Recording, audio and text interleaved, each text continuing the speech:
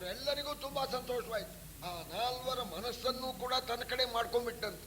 ಅವನ ವಿನಯ, ಅವನ ಸ್ತೋತ್ರ, ಅದಕ್ಕೆ 4 ಜನ ದಿಗ್ಪಾಲಕರು ಮೆಚ್ಚಿಬಿಟ್ಟು ಹೇಳ್ತಾ ಇದ್ದಾರೆ, ಅಪ್ಪ ಅನಾವಶ್ಯಕ ನಿನಗೆ ಖಂಡ ಪರಶುವಿನ ಅಸ್ತ್ರವನ್ನ ಕೈಕೊಂಡಿದ್ದೀಯ, ಪರಮೇಶ್ವರನ ಪಾಶುಪತವನ್ನ ಪಡ್ಕೊಂಡಿರೋದ್ರಿಂದ ನಿನಗೇನು ಆಗ್ಬೇಕಾಗಿಲ್ಲ.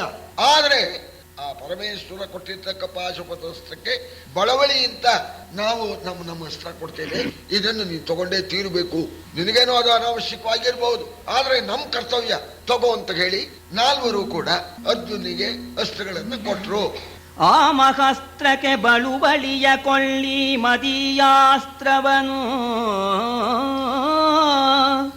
ಆ ಮಹಾಸ್ತ್ರಕ್ಕೆ ಬಳುವಳಿಯ ಕೊಳ್ಳಿ ಮದೀಯಾಸ್ತ್ರವನೆನುತ ಸೂತ್ರಾಮನಿತ್ತನು ದಿವ್ಯ ಬಾಣವನು ಇಂದ್ರ ಸಂಜ್ಞಕವಾ ಸಾಂವರ್ತಿಕ ದಂಡವಾರುಣ ತಾಮಸದ ಸಮ್ಮೋಹನವಿದೆಂದು ಆ ಮಹಾಂತಕ ವರುಣ ಧನದರು ಕೊಟ್ಟರಂಬುಗಳ.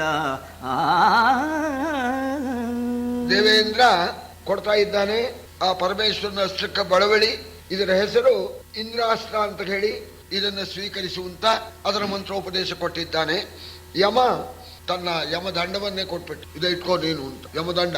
ಆಮೇಲೆ ವರುಣನ ಪಾಶದಲ್ಲೇ ಅವನು ಎಲ್ಲರನ್ನೂ ಬಿಗಿದು ಬಿಡ್ತಾನೆ, ಎಲ್ಲರನ್ನೂ ಗೆಲ್ತಾನೆ. ತನ್ನ ಪಾಶವನ್ನ ವರುಣ ಕೊಟ್ಟಿದ್ದಾನೆ. ಆಮೇಲೆ ಕುಬೇರ ಸಂಮೋಹನಾಸ್ತ್ರ ಅಂತ, ಅದು ಎಲ್ಲರಿಗೂ ನಿದ್ದೆ ಬರೆಸಿಬಿಡುತ್ತೆ. ಅಂತರ್ಧಾನಾಸ್ತ್ರ ಅಂತ ಅದಕ್ಕೆ ಹೆಸರು.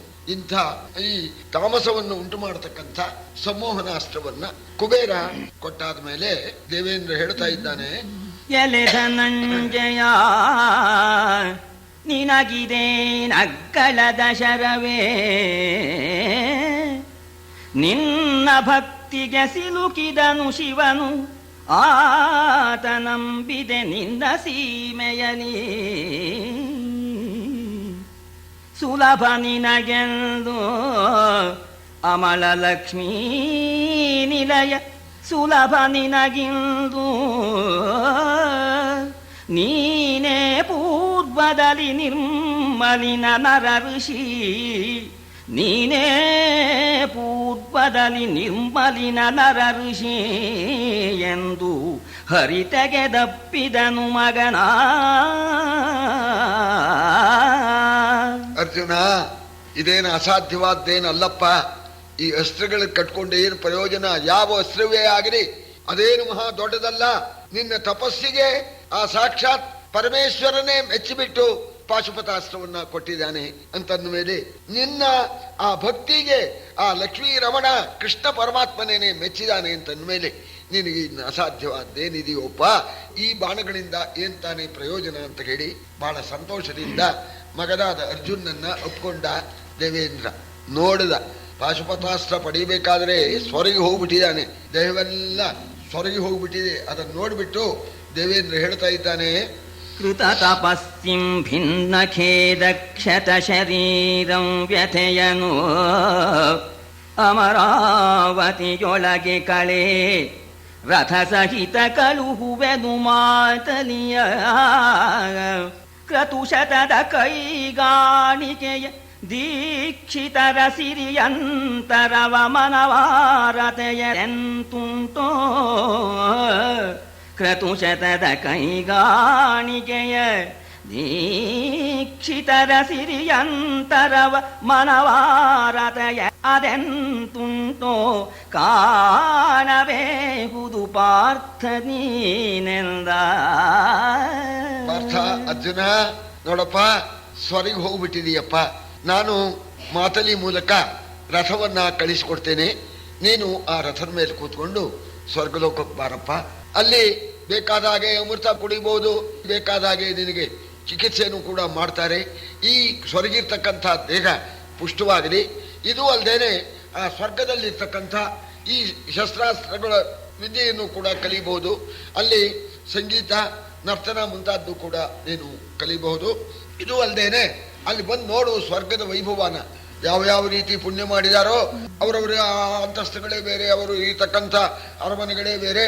ಆ ದೀಕ್ಷಿತರುಗಳ ಆ ವ್ಯತ್ಯಾಸಗಳು 100 ಯಜ್ಞ ಮಾಡಿದವರು 50 ಯಜ್ಞ ಮಾಡಿದವರು ಇವರು ವ್ಯತ್ಯಾಸ ಇವನ್ನೆಲ್ಲ ನೋಡಬಹುದು. ನಾನು ರಥ ಕೊಟ್ಟು ಕಳಿಸ್ಲಿ ಅಂತ ಕೇಳಿದ್ರೆ ಈಗ ಸಾಮಾನ್ಯವಾಗಿ ನಾವು ಸ್ವರ್ಗಾನ ಅಂತ ಮಾಡ್ಕೊಂಡಿದ್ದೇವಲ್ಲ, ಫಾರಿನ್ ಅನ್ನೋದೊಂದು ಸ್ವರ್ಗ ಅಂತ, ಅಲ್ಲಿಗೆ ಹೋಗ್ಬಿಟ್ಟು ನಮ್ಗೆ ಬಹಳ ಅನುಕೂಲ ಅಂತಲ್ವೇ ಭಾವಿಸೋದು. ಸರ್ಕಾರದವರೇ ಕೂತ್ಕೊಂಡು ಏನಯ್ಯ ನಿನ್ನ ಕಳಿಸ್ತೀವಿ, ನೀನು ಹೋಗ್ತೀವೋ ಅಂದರೆ ಯಾರು ಹೋಗೋದಿಲ್ಲ ಅಂತ ಅನ್ನೋರು ಇದ್ದಾರೆ ಅಂದರೆ ಇದುವರೆಗೆ ನೋಡಿದ್ದೀರಾ? ತಾನಾಗೆ ಹೋಗೋಕೆ ಪ್ರಯತ್ನ ಪಡ್ತಾನೆ. ಸರ್ಕಾರದವರೇ ನಿನ್ನ ಕಳಿಸ್ತೇವಪ್ಪ ಹೋಗೋ, ಲಂಡನ್ನಲ್ಲಿ ಒಂದು 10 ವರ್ಷ ಇದ್ಬಾ, ಅದೆಲ್ಲ ನಾವು ನೋಡ್ಕೊಳ್ತೀವಿ ಅಂದರೆ ಯಾರು ಒಳ್ಳೆ ಅಂತಂತಾರಿಯೇ, ಬರ್ತೀಯೋ ಅಂತ ಕೇಳಿದ್ದಂತೆ. ಅದಕ್ಕೆ ಅರ್ಜುನ ಅಂತಾನೆ, ಇದು ಕೇಳೋ ಪ್ರಶ್ನೆ ಅಲ್ಲ ಅಂದ ಅವನು. ಹಸಾದವು 100 ಯಜ್ಞದ ಮೇಹುನಾಡನು ಮೆಟ್ಟಲು ಎಮ್ಮೀಹೂಕೆಗಳಿಗಳವಡುವುದ ಒಲ್ಲೆವೇ ನಿಮ್ಮ ಕರುಣದಲ್ಲಿ.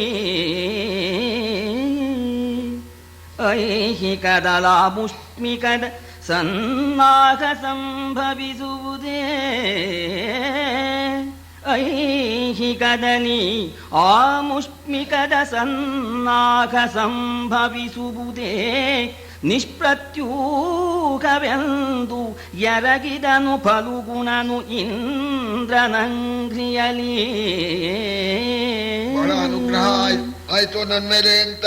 ಯಾಕೆಂದ್ರೆ 100 ಯಜ್ಞ ಮಾಡಿದವರು ಮೆಟ್ಟತಕ್ಕ ಜಾಗ ಅದು ಇಲ್ಲ, ಅದಕ್ಕೆ ಸಮಾನವಾದ ದಾನ ಧರ್ಮ ಪುಣ್ಯ ಮಾಡಿರ್ಬೇಕು. ಅಂಥವರಿಗೆ ಅಲ್ಲಿ ಪ್ರವೇಶಕ್ಕೆ ಅಧಿಕಾರ ಇಲ್ಲದ್ರೆ ವೀಸಾನೇ ಕೊಡೋಲ್ಲ ಅಲ್ಲಿ ಹೋಗೋಕೆ. ಸರಿ, ಅಂಥ ಜಾಗಕ್ಕೆ 100 1 ಯಜ್ಞನೂ ಮಾಡಿಲ್ಲ, ನಾನು ಗೊಂಬೆ ಇದ್ದಾಗಿದ್ದೀನಿ. ಇಂಥ ನನಗೆ ಸ್ವರ್ಗಕ್ಕೆ ಕರ್ಕೊಂಡು ಹೋಗ್ತೇನೆ ಅಂತಂದ್ರೆ ಅದು ನಿಮ್ಮ ಅನುಗ್ರಹದಿಂದ ಆಗ್ಬೇಕೇ ವಿನಃ ಈ ಪಾರ್ಥಿವ ಶರೀರದಿಂದ ಆ ಸ್ವರ್ಗಕ್ಕೆ ಹೋಗೋದು ಅನ್ನೋದು ಸಾಧ್ಯವೇ ಇಲ್ಲ. ಅದು ನಿಮ್ಮ ಅನುಗ್ರಹದಿಂದ ಆಗ್ತಾ ಇದ್ದಾಗ ನಾನು ಒಲ್ಲೆ ಅಂತಂತೇನೆ, ನಾನು ಬರ್ತೇನೆ ಅಂತ. ಪಾರ್ಥಿವ ಶರೀರದಿಂದ ಇದುವರೆಗೆ ಯಾರೂ ಸ್ವರ್ಗಕ್ಕೆ ಹೋಗಿಲ್ಲ, ಅರ್ಜುನ ಒಬ್ಬನೇನೆ ಮಹಾನುಭಾವ, ಅಂಥ ಯೋಗ್ಯತೆ ಇರ್ತಕ್ಕವನು. ಇನ್ನು ನಮ್ಮ ದಶರಥ ಮುಂತಾದವರು ಯುದ್ಧದ ಸಂದರ್ಭದಲ್ಲಿ ಹೋಗಿದ್ರು ಅಂತ, ದಶರಥ ಚಕ್ರವರ್ತಿ, ದುಷ್ಯಂತ ಚಕ್ರವರ್ತಿ ಇವರೆಲ್ಲ ಹೋಗಿದ್ರು ಅಂತ ಬರುತ್ತೆ. ಐಹಿಕದಲ್ಲಿ ಆ ಆಮುಷ್ಮಿಕದ ಸಂಬಂಧ ಈ ಪಾರ್ಥಿವ ಶರೀರಕ್ಕೆ ಉಂಟಾಯಿತು ಅಂತ ನೋಡ ನಾನು ಅನ್ಯನಾದೆ, ಬರ್ತೇನೆ ಅಂತ ಹೇಳಿ ಹೇಳಿದ್ದಾನೆ. ಹಾಗಾದ್ರೆ ನಾವು ಇನ್ನು ಬರ್ತೇವಪ್ಪ ಅಂತಂದು ಆ 4 ದಿಕ್ಪಾಲಕರು ಕೂಡ ಬೀಳುಗೊಟ್ಟರು ನರನನು ಈ ದಿಕ್ಪಾಲರಂತರ್ಧಾನದೊಡನೆ ಸಮೇಳರಾದನು ಶಕ್ರಸಾರಥಿ ಸುಳಿದನಭ್ರದಲ್ಲಿ. ಜಾಳಿಗೆಯ ಮಣಿ ಬೆಳಗುಗಳ ವೈಗಾಳಿಗಳ ವೈಡೂರ್ಯ ದೀಪ್ತಿ ನಿವಾಳಿಗಳ ಸುಪತಾಗೆ ಬೆಳಗುವ ಹೇಮರಥ ಸಹಿತ. ಆಗ 4 ಕೂಡ ನಮಸ್ಕಾರ ಮಾಡಿದ್ದಾನೆ, ಅವರನ್ನು ಕಳಿಸಿಕೊಟ್ಟಿದ್ದಾನೆ. ಅವರು ಅಂತರ್ಧಾನರಾದರು. ಆ ಕೂಡಲೇ ಬಂದೇ ಬಿಡ್ತು ಆ ಇಂದ್ರನ ಸಾರಥಿಯಾಗಿರ್ತಕ್ಕಂಥ ಮಾತುದಿ ರಥವನ್ನು ತಂದೇ ಬಿಟ್ಟ ಇಂದ್ರಕೀಲೆ ಪರ್ವತಕ್ಕೆ. ಅದೇನು ರಥ ಅಂದ್ರೆ ಸಾಮಾನ್ಯವೇ, ಮಣಿಗಳು ರತ್ನಗಳಿಂದ ಜಗಜಗಸ್ತಕ್ಕಂಥ ನಾನಾ ವಿಧವಾದ ಛತ್ರ ಪತಾಕೆ ಬಾವುಟಗಳಿಂದ ಕೂಡ್ಕೊಂಡಿರ್ತಕ್ಕಂಥ ಆ ಬಂಗಾರದ ತೇರನ್ನ ತಂದ್ಬಿಟ್ಟಿದ್ದಾನೆ ಮಾತಲ್ಲಿ. ಅದಕ್ಕೆ 10,000 ಕುದುರೆ ಕಟ್ಟಿದಾರಂತೆ, ಸಾಮಾನ್ಯವಲ್ಲ. ಆ ಕುದುರೆನೇ ನೋಡ್ಬೇಕು, ಅದು ದಿವ್ಯಾಶ್ವ, ಅದಕ್ಕೆ ಸರ್ವಾಲಂಕಾರ. ಅರಸ ಕೇಳೈ 10,000 ತುರಗನಿಕರದ ಲಳಿಯ ದಿವ್ಯಾಂಬರದ ಸಿಂಧದ ಸಾಲ ಸತ್ತಿಗೆಗಳ ಪತಾಗೆಗಳ ಖರರುಚಿಯ ಮಾರಾಂಕವೋ ಸುರಗಿರಿಯ ಸೋದರವೋ ಮೃಗಾಂಕನ ಮರುದಲೆಯೋ ಮೇಣೆನನು ರಥ ಹೊಳೆದು ಇಳಿದುದಂಬರದಿ. 10,000 ಕುದುರೆಗಳು. ಆ 10,000 ಕುದುರೆಗೂ ಕೂಡ ಆ ಲಗಾಮ್ ಇದೆಯಲ್ಲ, ಆ ಲಗಾಮ್ ಬಂಗಾರದ್ದೇನೆ. ಆ ಕಡಿವಾಣ ಅದು ಇಟ್ಕೊಂಡ್ಬಿಟ್ಟಿದ್ದಾನೆ. ದೀಪ ಒಂದು ಸ್ವಿಚ್ ಹಾಕಿದ್ರೆ 10,000 ದೀಪ ಹಚ್ಚೋದಿಲ್ವೇ? ಹಾಗೆ ಆ 10,000 ಕುದುರೆಗಳಿಗೆ ಆ ಬಂಗಾರದ ಲಗಾಮು ಅದನ್ನ ಕೈಯಲ್ಲಿ ಹಿಡ್ಕೊಂಡಿದ್ದಾನೆ. ಇಂಥ ರಥವನ್ನ ಇಳಿಸ್ತಾ ಇದ್ದಾನಂತೆ. ಅದು ನೋಡಿದ್ರೆ ಹ್ಯಾಕ್ ಕಾಣುತ್ತೆ ಅಂದ್ರೆ ಖರರುಚಿಯ ಮಾರಾಂಕವ. ಭಗವಾನ್ ಸೂರ್ಯನಾರಾಯಣ ಖರರುಚಿ ಅಂತಂದ್ರೆ ಆ ಸೂರ್ಯನಿಗೆ ಪ್ರತಿಸ್ಪರ್ಧಿಯೋ ಅನ್ನೋ ಹಾಗಿದೆಯಂತೆ. ಹಾಗೇನೆ ಸುರಗಿರಿಯ ಸೋದರವ. ಸುರಗಿರಿ ಅಂದ್ರೆ ಮೇರು ಪರ್ವತ ಬಂಗಾರದ್ದು, ಅದರ ಅಣ್ಣನೋ ಅಂತ.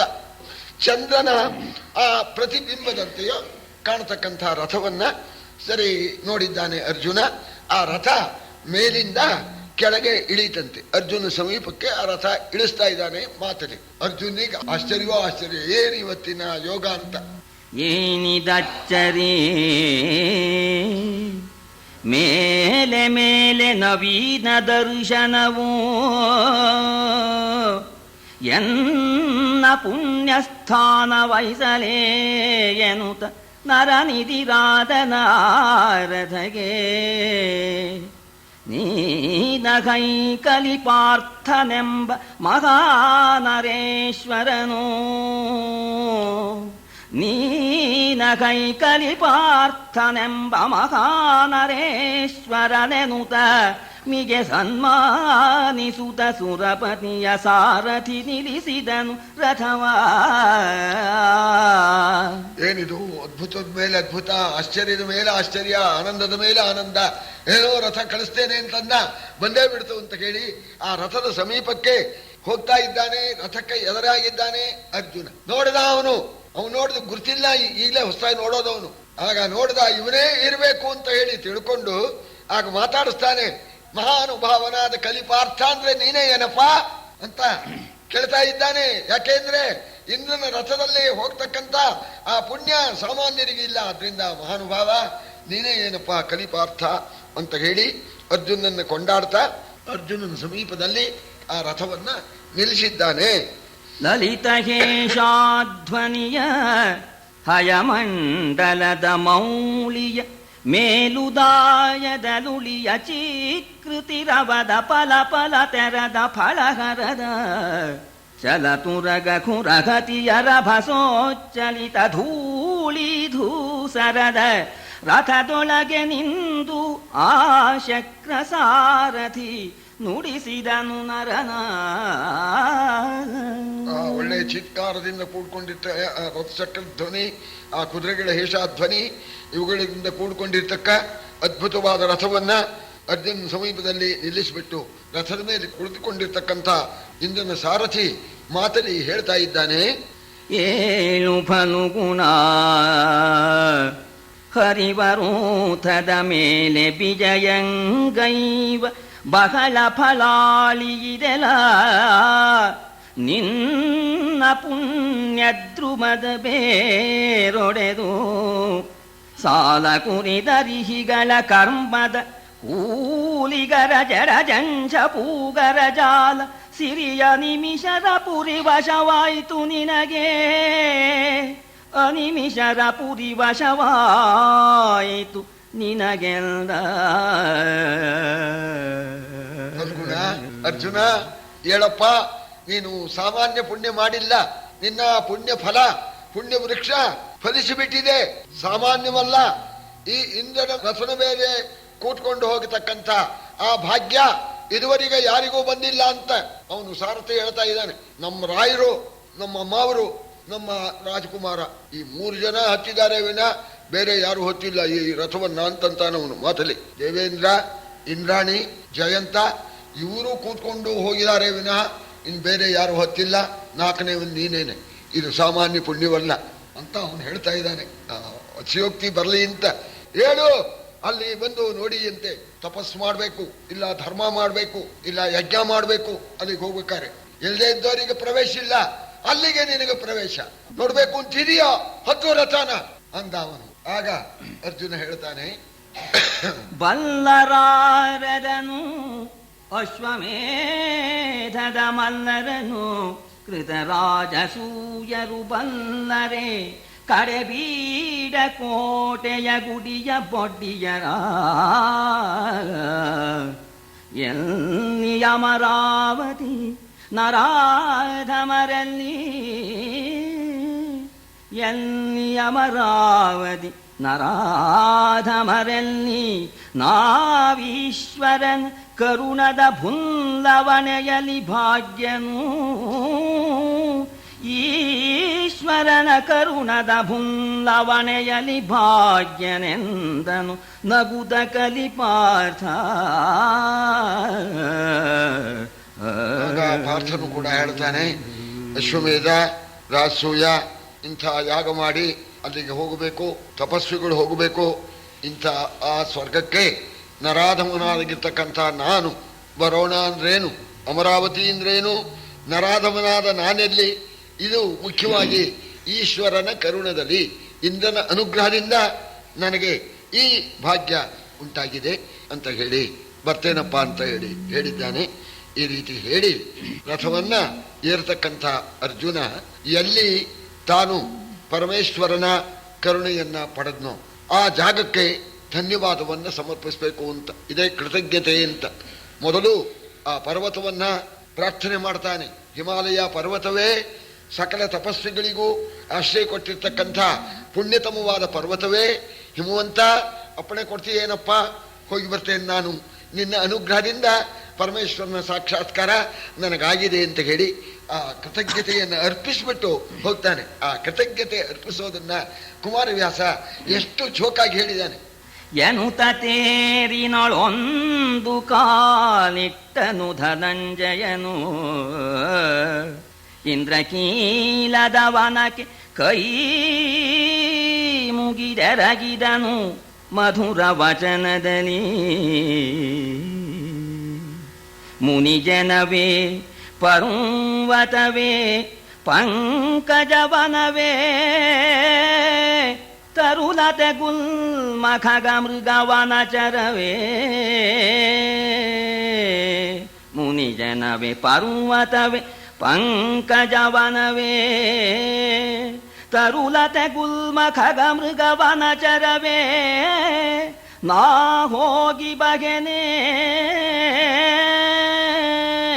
ನಾ ಹೋಗಿ ಬಗೆನೆ ನಿಮ್ಮನುಜ್ಞೆಯನಿ. ಮಧುರವಾದ ವಾಣಿಯಿಂದ ಕೃತಜ್ಞೆಯನ್ನು ಅರ್ಪಿಸ್ತಾ ಇದ್ದಾನೆ.